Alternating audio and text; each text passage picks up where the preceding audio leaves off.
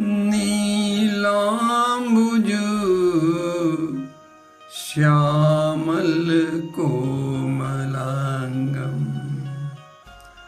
सीता समारो पितुवाम भागम पाणो महा सायक चारुचापम नमामि रामं रघुवंशनाथं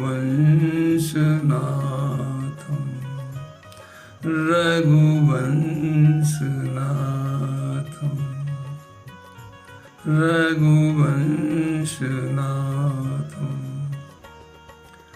जनक सुता जग जननी जानकी अतिशय प्रिय करुणा निधान की ताके जुगपद कमल मनावो जासु कृपा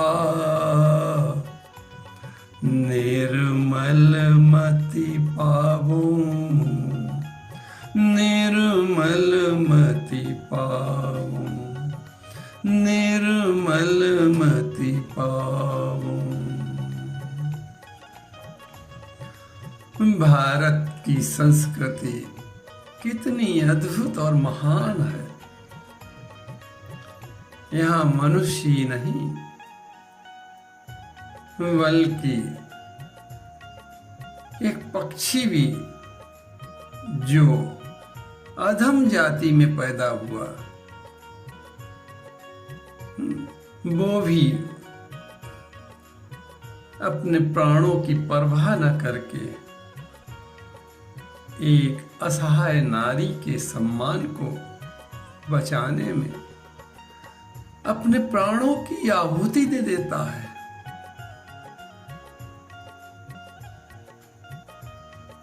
अब देखें कि जिस समय माता सीता का रावण हरण करके आकाश मार्ग से ले जा रहा था, माता सीता विलाप कर रही थी, रो रो कर अपनी रक्षा के लिए चारों तरफ देख रही थी, पुकार रही थी। सीता के विलाप अति भारी, सीता के विलाप, कैसा विलाप था सीता का, माता सीता कैसे रो रही थी, अति भारी। गोस्वामी तुलसीदास जी के पास शब्द नहीं था उस समय का वर्णन करने का, सीता जी के रोने का, इसलिए वो अति भारी शब्द से ही संकेत कर रहे हैं कि माता सीता कितनी व्याकुल है। सीता के विलाप अति भारी, भय चराचर जीव दुखारी। सीता जी के इस विलाप को वनवासियों गिरवासियों ने सुना तो और दुखी भी हो रहे हैं, लेकिन ये कैसी मानवता कि जो एक स्त्री की रक्षा के लिए उन गिरवासी वनवासियों के हाथ आगे नहीं बढ़े।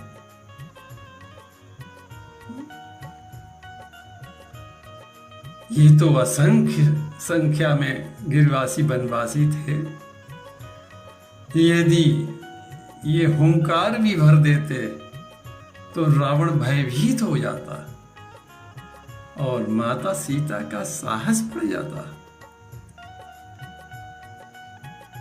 लेकिन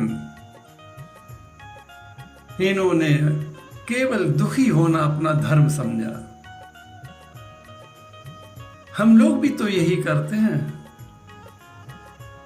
कि किसी के दुख का समाचार सुनकर, किसी नारी की इज्जत जाते समय बस दुखी हो लेते हैं, लेकिन हमारे भी हाथ नहीं पड़ते।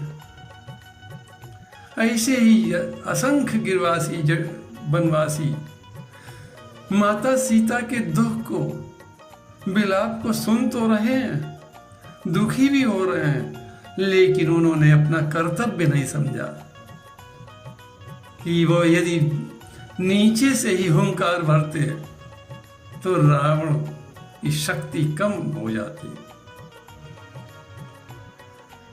गिरवासियों ने अपना धर्म नहीं समझा, शास्त्र नहीं समझा। शास्त्र तो कहता है कि मात्र देवो भव, कि एक नारी की रक्षा करना तो प्रथम कर्तव्य है। पर धन्य है वो अधम जाति में पैदा होने वाला जटायु, जो पक्षी है वही पक्षियों में अधम है, लेकिन धन है जटायु।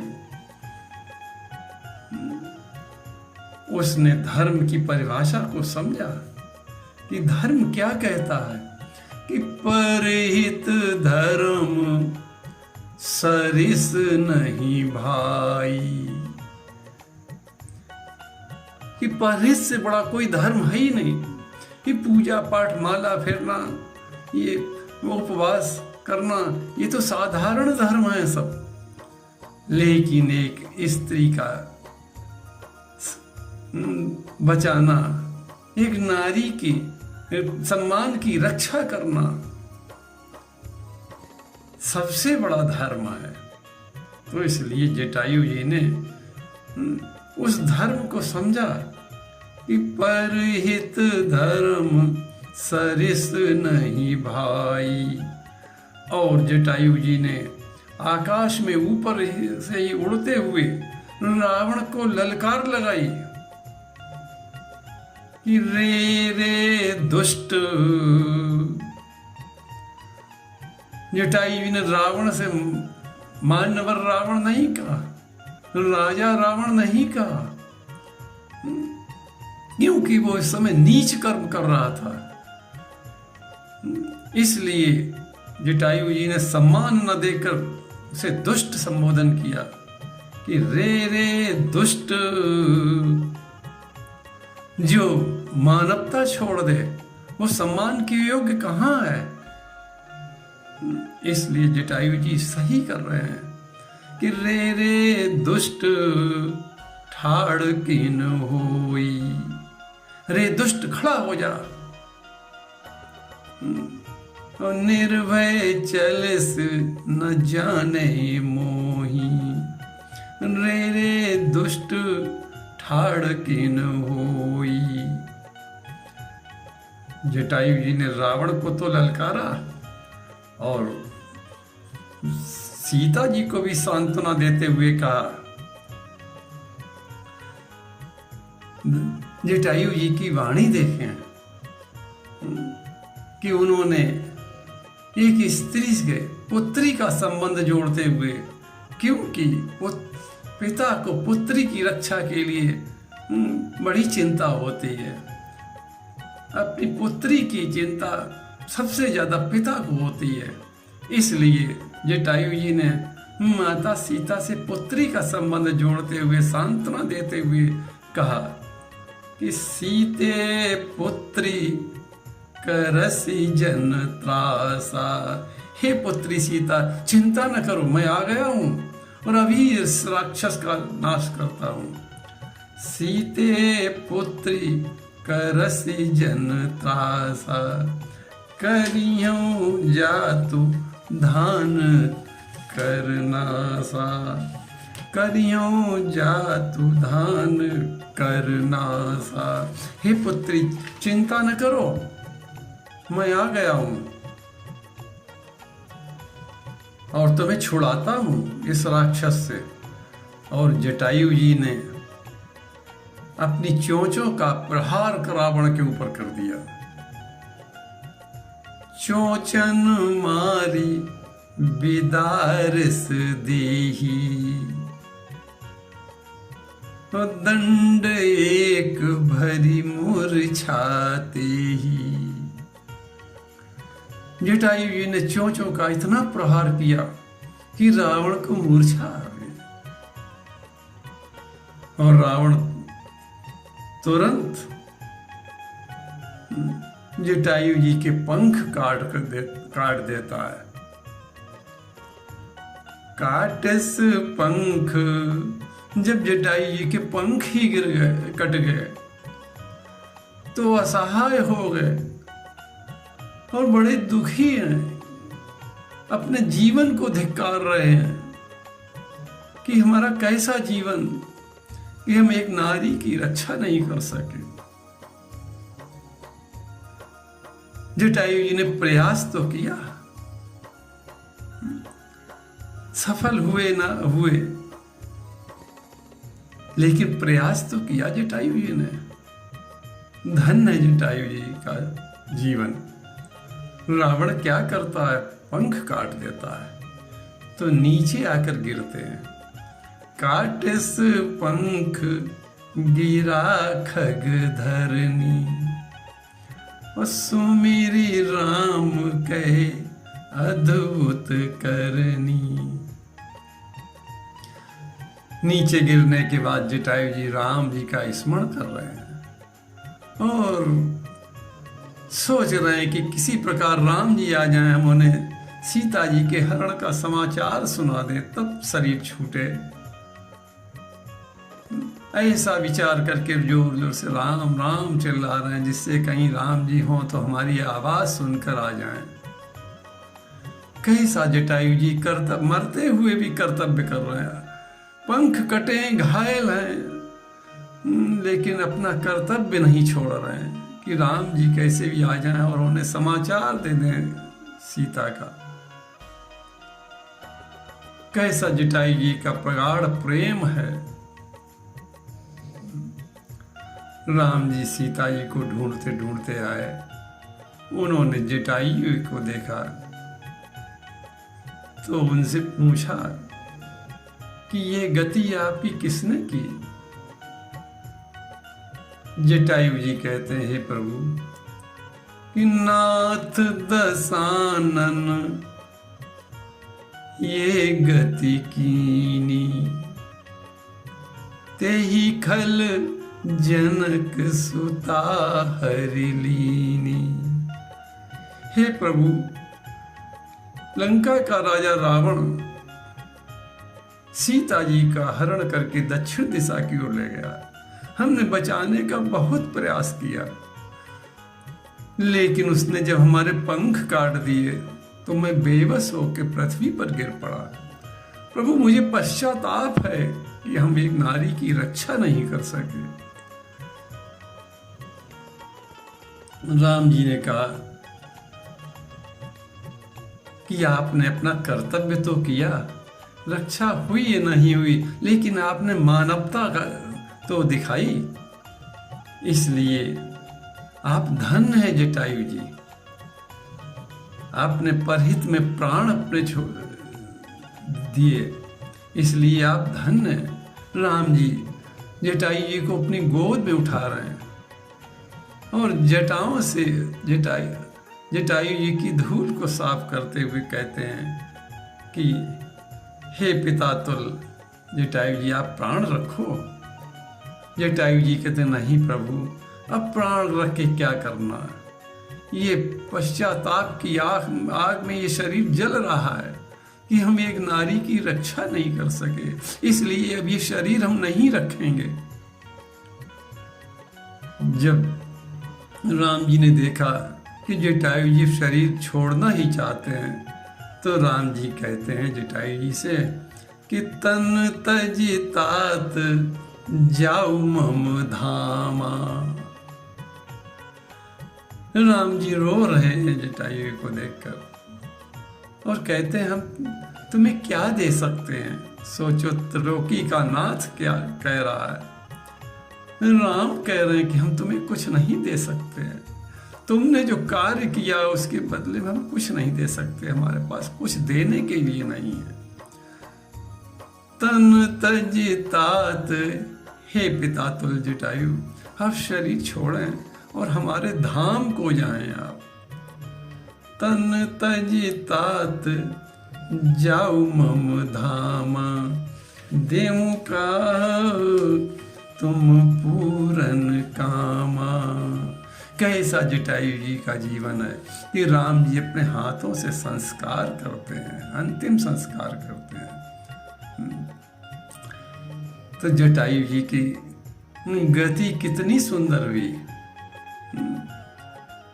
जटायु जी का जन्म तो कितना अधम जाति में, लेकिन मानवता के कारण, कर्म का निर्वाह करने के कारण, एक नारी की रक्षा का दायित्व संभालने के कारण जटायु जी को वो गति मिली जो बड़े बड़े योगियों को नहीं मिलती है। गीध अधम आमिष खग भोगी, गति दीनी जो याचत योगी। गति दीनी, जन्म से कोई मतलब नहीं कि हमारा जन्म कहाँ हुआ हमारा, लेकिन मतलब है कर्म से कि हम कर्म कैसा कर रहे हैं। कर्म के अनुसार हमारी गति होगी। जन्म से कोई लेना देना नहीं, कहीं चाहे नीचे कुल में हो, चाहे उच्च कुल में हो, चाहे धनी में हो, चाहे निर्धन में हो, चाहे स्त्री में हो, चाहे पुरुष में हो, कर्म से हमारी गति का संबंध है। जटायु जी ने अधम जाति में जन्म लेकर भी इतना सुंदर कर्म किया, अपने कर्तव्य का निर्वाह किया, एक नारी की रक्षा में प्राण दे दिए, इसलिए वो गति मिली जो बड़े बड़े योगियों को नहीं मिलती है। कि गति दीनी जो जाचत योगी। इतनी सुंदर मृत्यु पाई जटायु जी ने। जटायु जी की मृत्यु का वर्णन तुलसी बाबा दोहावली में भी करते हैं कि मुए मरत मरी हवे सकल, मुए मरत मरी है सकल, घर पहर के बीच। तुलसी बाबा कहते हैं कि आज तक न जाने कितने लोग मर गए और कितने अभी भी मर रहे हैं और कितने आगे मरेंगे, लेकिन जटायु जी जैसी मृत्यु किसी को नहीं मिली। लही न काहूं आज लो, गीध राज की मीचू। मुए मरत मरी है सकल, घर पहर के बीच। लही न काहूं आज लो, गीध राज की मीच। गीध राज की मीच, लही न काहूं आज लो, गीध राज की मीच। परंतु जटायु जैसी सुंदर मृत्यु जो उन्हें परहित के कारण मिली, वो किसी को आज तक नहीं मिली, क्योंकि जटायु जी ने परहित धर्म सरिस नहीं भाई। परहित के धर्म को समझा, परहित बस जिनके मन माही। परहित जिसके मन में बसा हुआ है, उन्हें संसार में दुर्लभ कुछ नहीं है, सब कुछ प्राप्त आसानी से हो जाता है। परहित जानकर कर्म करो तो संसार में किसी वस्तु की दुर्बलता नहीं मिलेगी। कोई चीज ऐसी नहीं है दुर्लभ हो जाए। परहित बस जिनके मन माही। देखो सबसे बड़ी दुर्लभ है क्या कि भगवान का दर्शन। और जटायु को दर्शन ही नहीं गोद भी मिली है परहित के कारण। तो परहित बस जिनके मन माही, तिन कहूँ जग दुर्लभ कछु नाही, दुर्लभ कछु नाही। बस यहीं से जटायु जी का प्रसंग विश्राम होता है। जटायु का प्रसंग समाज को शिक्षा देता हुआ कहता है कि समाज की प्रत्येक नारी के सम्मान की रक्षा करना सबसे बड़ा धर्म है।